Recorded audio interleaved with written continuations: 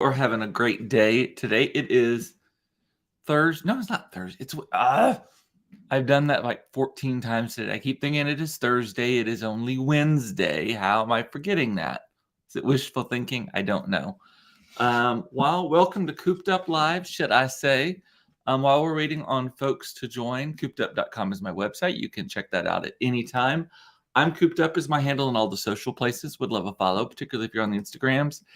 And wherever you watch or listen to this, this is aired on Facebook Live, YouTube Live, and then rebroadcast in audio format on all of the major podcasting platforms. Click the bell, subscribe button, whatever it is called on the platform of your choice, so that you do not miss a second of the fun. Hey, Mama, how you doing? Hope you're doing well. Sorry I missed yesterday. Mason had a school visit yesterday at Green Hill School, which is a fancy dancy private school up in North Dallas / Addison / Farmers Branch area. And we had to be there by 8 a.m. And of course it was raining and cold. It took us about 45 minutes to get there. I think that is the worst it could possibly be, which is, there is some comfort to that. Got there. This is the campus that has peacocks that roam the campus. The peacocks don't like the rain, so they were all huddled with angry looks on their faces at all the doors. And then I had to pick him up at 2 o'clock, actually like 2:30 after he had an interview at the end of it, the shadowing. And shadowing, in case you don't know, is when the kid goes and is assigned to another student at the school and then goes to the kid's classes, has lunch, all that kind of stuff.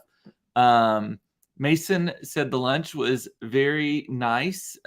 He had Asian dumplings and egg rolls and some stuff like that. So, hi, Eric. How you doing? My mom is saying she's only hearing every third word. Hopefully that is you, not me, on my end. Report in if you're not hearing this. Can you hear me?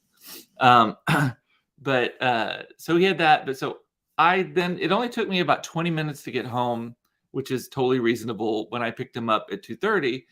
But I got back and some work stuff had blown up that I had to take care of before the end of the day. So sorry to cancel at the last minute. So, hey, Unita, how you doing?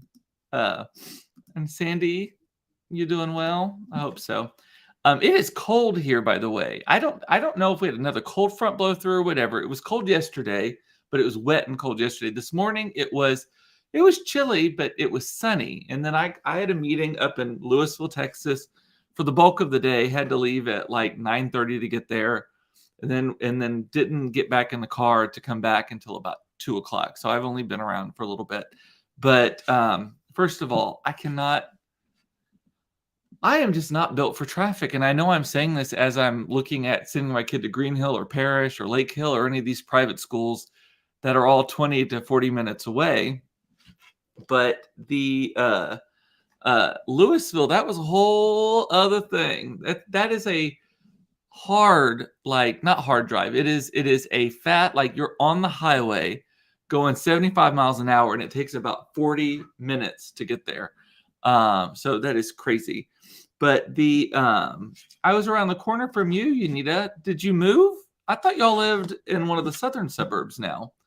I didn't realize that you were, or is that where you work up there? But anyway, after the Green Hill visit yesterday, Mason has been obsessed with the Bacon King from Burger King. And the Bacon King, if you are not aware of what that is, it is a gargantuan double patty hamburger that has a bunch of strips of bacon on it, cheese, and mayo.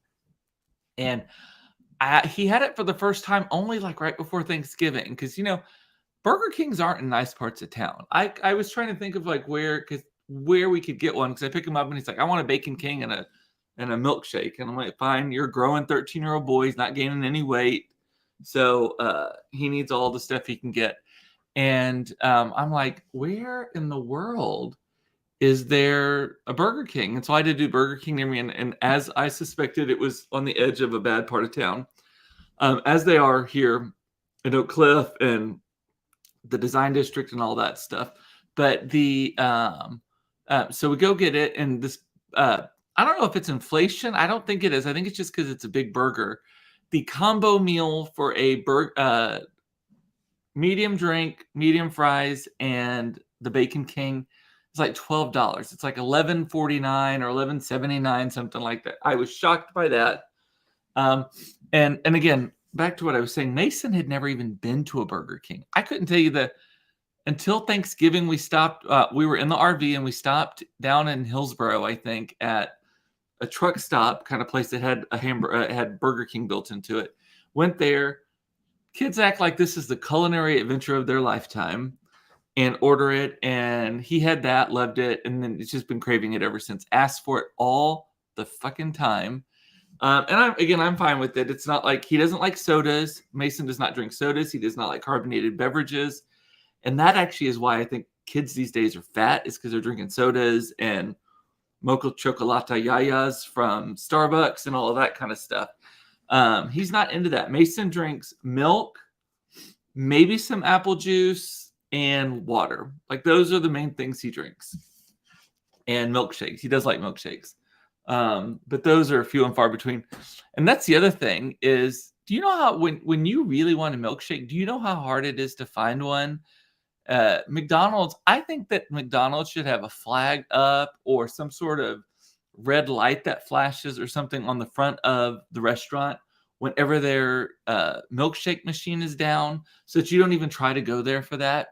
Because so many times we will go specifically to McDonald's so that we can get a milkshake. And you pull up and you get to the register or whatever, you get to the drive-through line and you order it. Sorry, our machine is down. It is like the worst. And what's even worse is when you order it on the app, because I'm a big McDonald's app user. When we do McDonald's, order on the app so that we can customize it. Don't have to worry about any language barrier. Don't have to worry about them not hearing me. Don't have to worry about them not putting it in right. Like I know it's gone straight into the computer and straight to them. And then you pull up at the drive-through, or it's actually faster if you go through the drive-through and you just tell them the order number versus the pull-up line. I feel like no one wants to work the pull-up line. So it's always like the last thing that they want. But you pull up and they're like, sorry, I know you ordered a milkshake. The milkshake machine's down. And then there's this big rigmarole because I used Apple Pay about how to get the money back. And half the time they just give you the cash back, which I'm not terribly upset about that. But yesterday we went to, after the Green Hill visit, I found one over by Old Valley View Mall across from that nasty ass Chuck E. Cheese that's there. By the way, Valley View is looking rough. I know they're about to tear it down, but it is looking rough. But we're in there and I ordered for him. I just had an unsweetened iced tea. I ordered for him that and a milkshake and all that kind of stuff.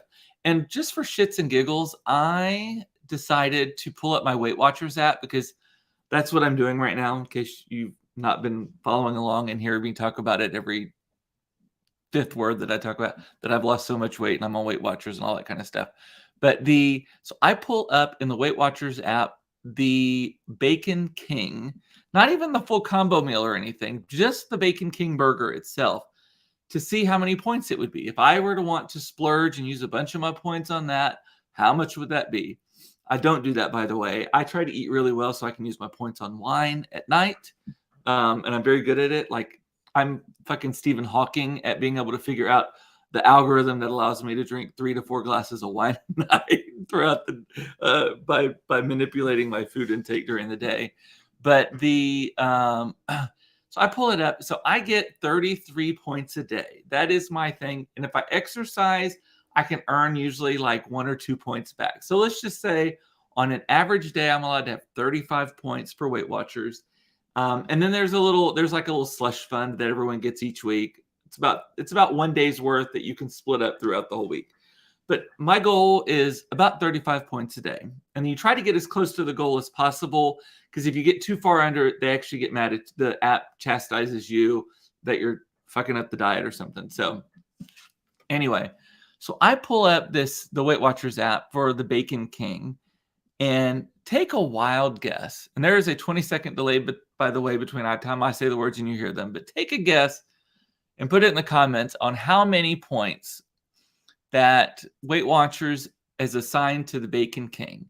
And the way the points are, so there's no points for vegetables, there's no points for fruits, there's no points for lean proteins, anything like that. The points are fatty meats, dairy, bread, all that kind of stuff, right? So basically a bacon, mayonnaise, oils have a lot of points too. So like a lot of times, like today for lunch, I had a tossed salad with salmon, and the vinaigrette is what had the points in it, right? And so I made like 3 points at lunch for that. So okay, so y'all are guessing. Kit is guessing 35 points. My mother is guessing 53 points, and Eric is guessing 25 points. I'll tell you, my mother is the closest. So it was 47 points, I believe, for this one burger. And this includes nothing to drink with it, that if it has calories, which unsweetened iced tea does not. It included no French fries. It included no ketchup, because ketchup does, because there's sugar in it. So it was like 47 points. So on a scale of 0 to 35, I would have used up 47 points if I ate that. I get 35 points a day. Plus a little slush fund that I can use throughout the weeks for thing. Because it's not a restrictive diet at all. I actually find Weight Watchers to be tremendously, like, if you want to eat it, fucking eat it. Just have to account for the points and just sacrifice elsewhere, or just know that you're going to be over and it's not going to be successful. But you see why. There's no trickery to it at all. It is just basic common sense. Lean proteins, fruits and vegetables, and beans, things like that. Good for you. Not terrible. So anyway, so there's no way I could have had, like, I would have spent and then had, and if you're going to have the Bacon King, you might as well have the French fries with it. You might as well have a soda with it or something like that. So I would have spent like 2 to 3 days worth of points if I had a Bacon King combo meal.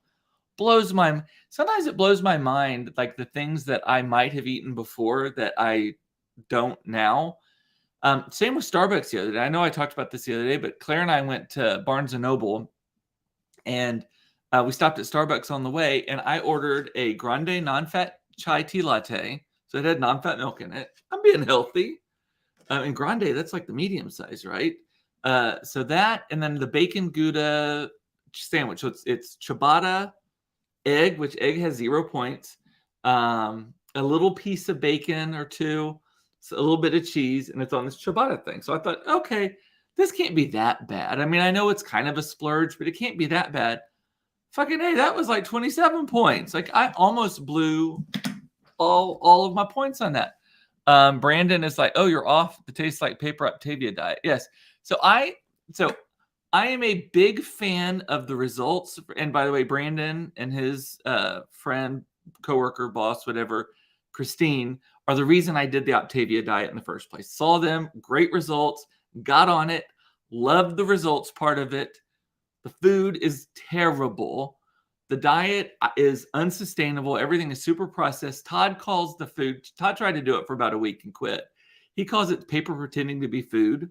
The only thing I can eat from the Octavia diet, like on a regular basis, like I still have some and I eat them. I like the bars and I like the smoothies. Everything else, I'm like, nope, not having it anymore. So I hit my goal. I dropped 30 pounds. I needed to get down. I went from about 230 to 200. And now I just want to lose about 5 points and then kind of sustain. So I switched back over to Weight Watchers, which I love. But I needed just a kick in the pants. I needed a rapid weight loss. And so for that, I do credit Octavia as being fantastic. But I like Weight Watchers better. And it's easier, and it's in an app. And you don't have to eat every 2 hours. But anyway, it surprises me.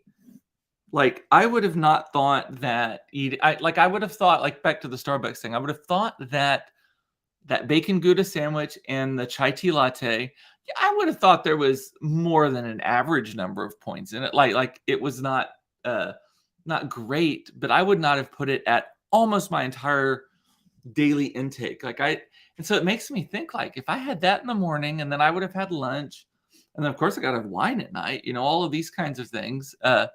No wonder I was gaining so much fucking weight. So thank you, Unita. Anyway, The other thing I wanted to talk about today, and I was waiting to kind of talk about this until we got more viewers. Can y'all help me understand this classified document situation that is going on in the high levels of the United States government? And at this point, it is both parties. So this is not political in the sense of whatever. I mean, I do believe that different people are reacting differently to it. I do believe that Trump deserved to get his house raided because he knew he had them. They knew he had them, and he was not giving them up willingly, all of that kind of stuff. So I do believe that that is truth. And he lives at a fucking hotel.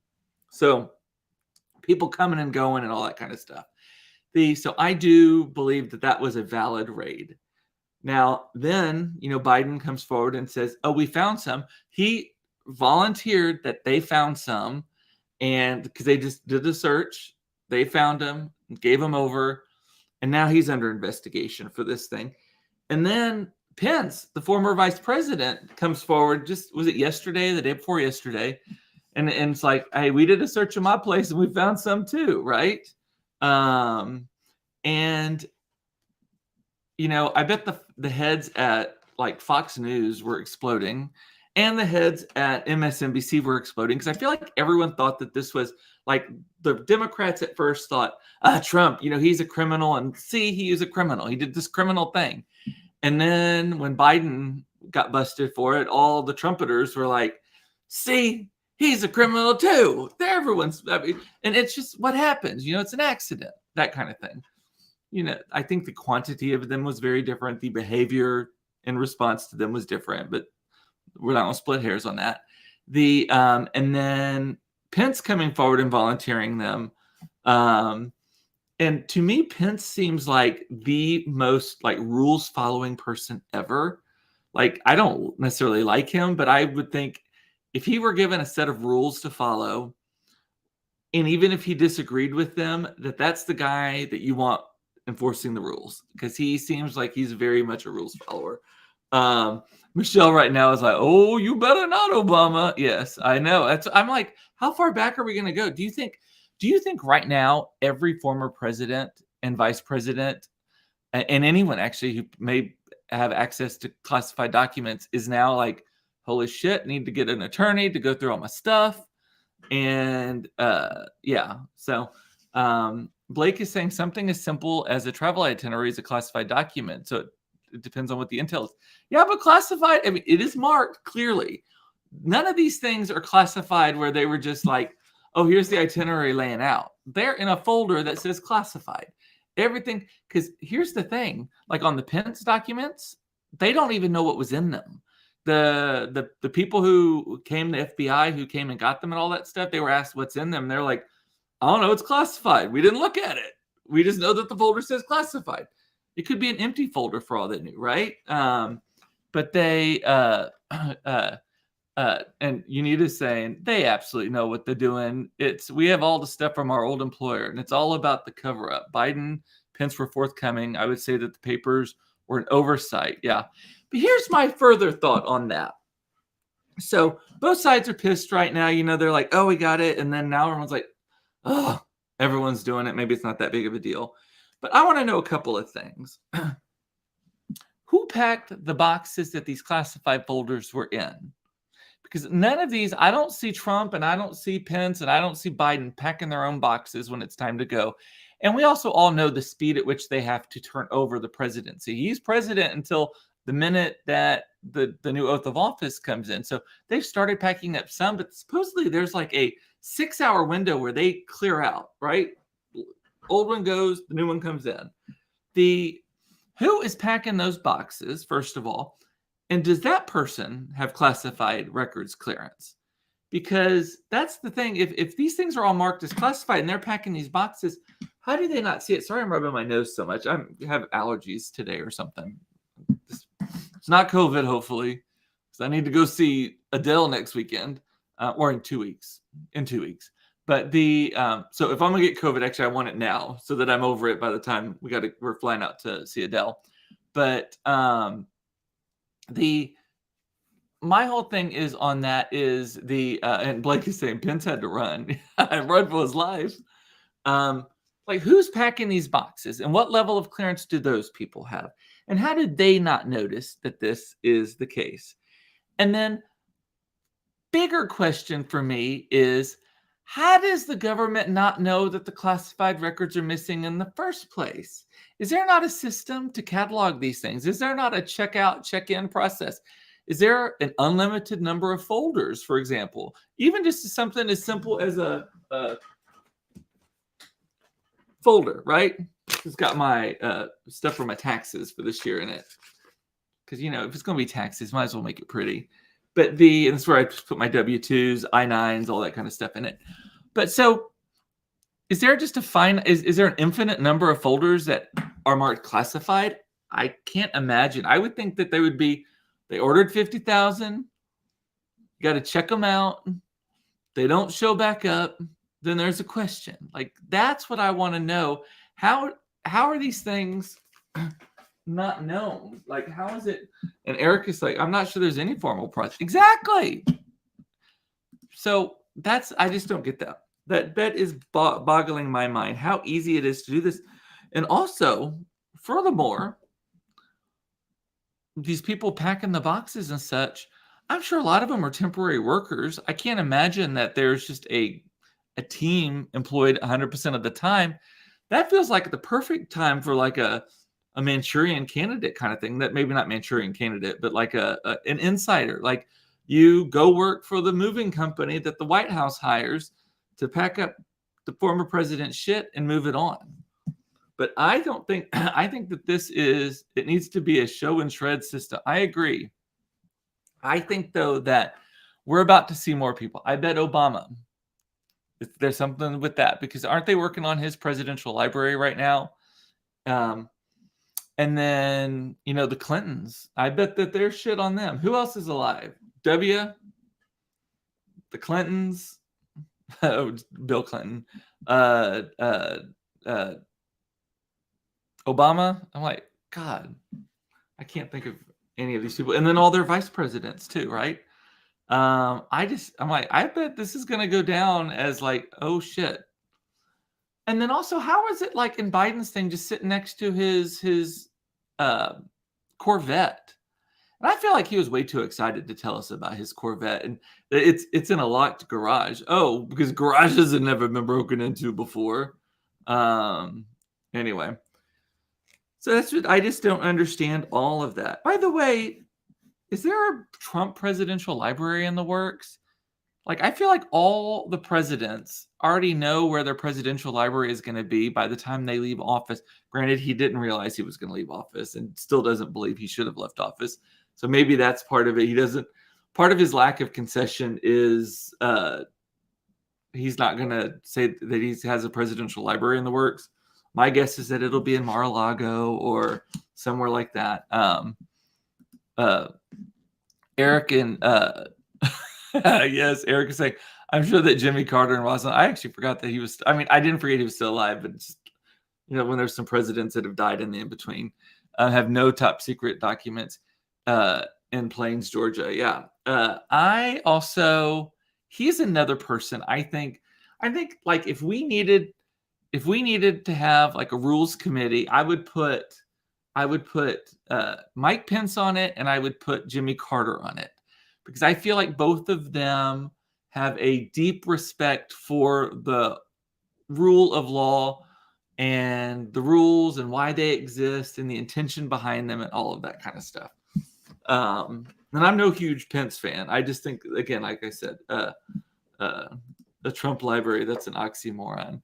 I know. Well, the reality is, the Bush Center it's not the Bush Presidential Library. It's the Bush Presidential Center.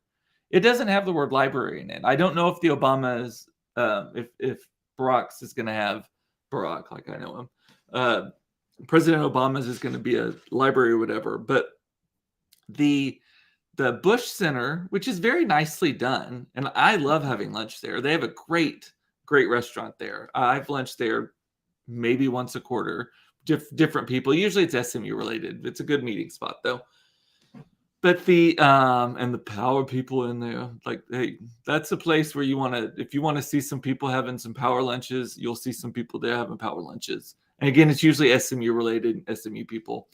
But I don't feel like, is there a bunch of records there or not? Because I feel like it is and that's, I mean, if I'm going to be truthful, that's the only one I've been to.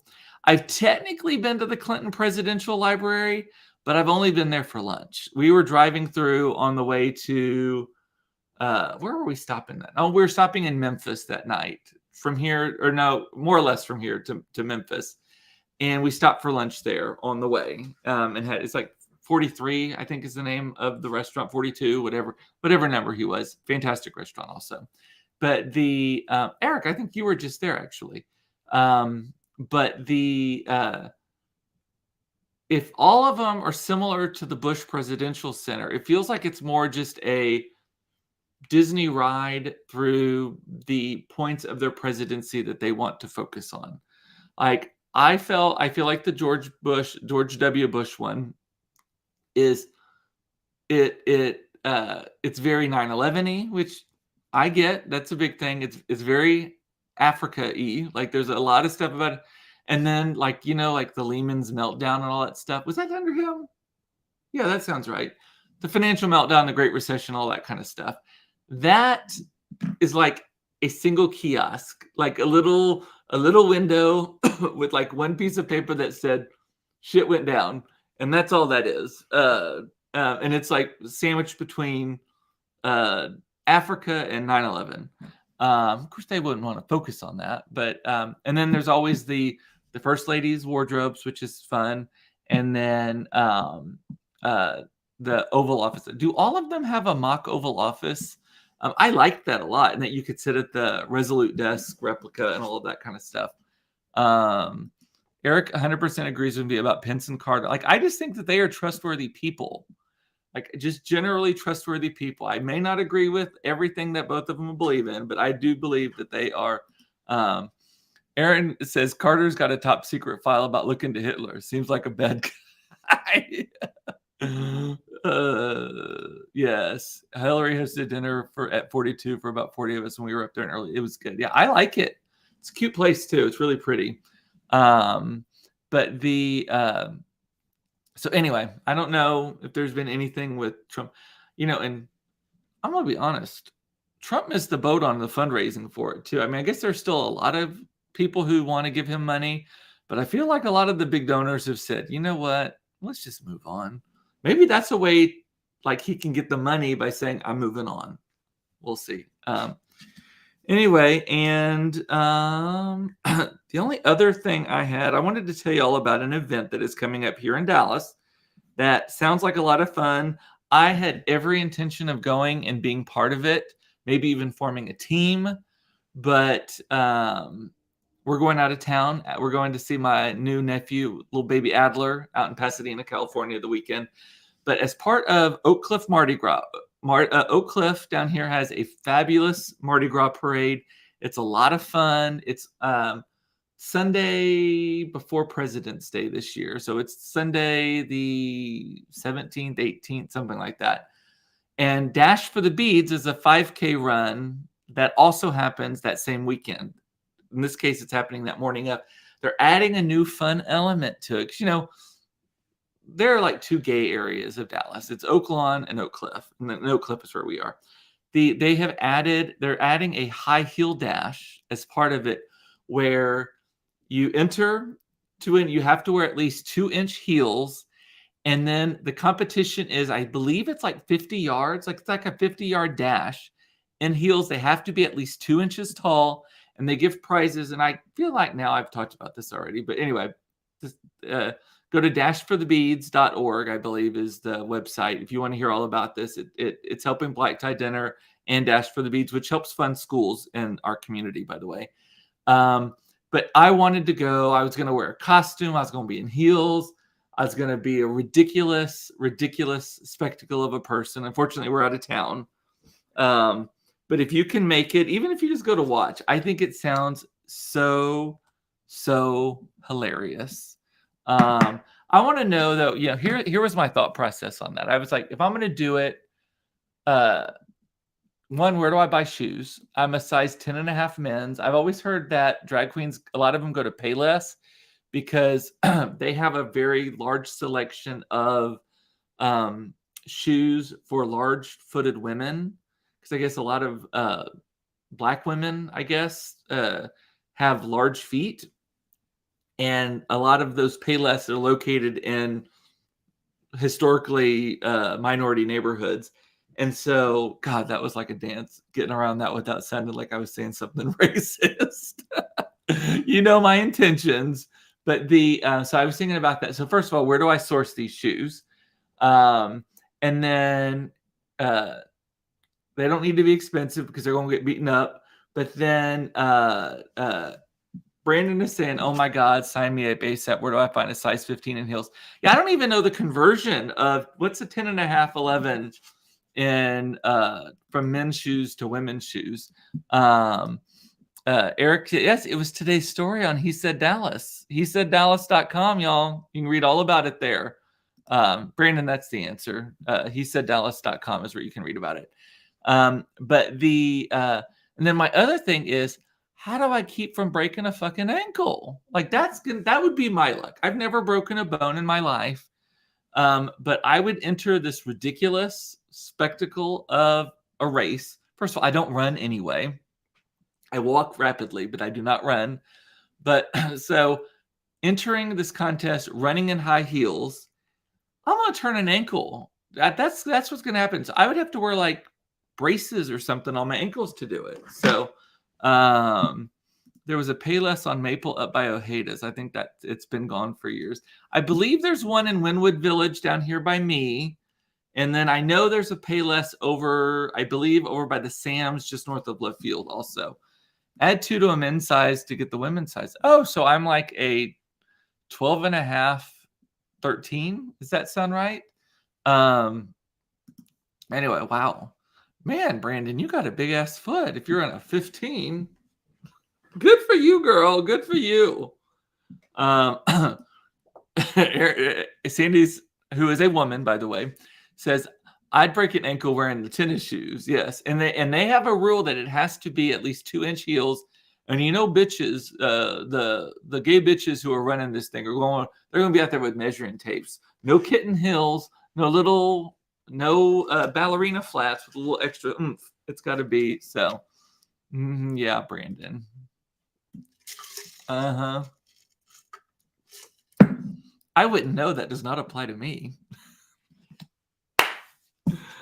Anyway, my mother is watching, y'all. I always say that, but then it's like, do I really care? Alrighty, well, I've nothing else. If you have anything, put it in the comments. I am going to vamp for a moment. Brandon is saying, yeah, people with big feet wear big socks. That is true. I don't see that I've missed anything. So, alrighty then. I'm going to go. I do not know if I will be here tomorrow. I have a commitment from 3 to 4 tomorrow. And it may be it involves a drink or two. So actually, if I come live, it may be a really fun day to watch. But we will see if I can make it by. Hi, Brandon. My name is Aaron. You're a mess. Oh, this sweater. Thank you. This is a sweater that I've only been able to wear since I lost weight because it was doing this before that, and it was so tight you could see the shirt underneath it. So now that it's a little looser, I love it. I got it for my birthday, I think last year, like not this past birthday. And I just haven't been able to wear it. So, alrighty, well, I'll see you later. I love you. It's important to know you are loved. I love that you watched this. Thank you so much. And I hope you have a great Wednesday, even though I've been thinking it's Thursday all day. Stay warm, stay safe. Don't shoot yourself to death. And I'll see you next time on Cooped Up, should I say. Talk to you later. Bye.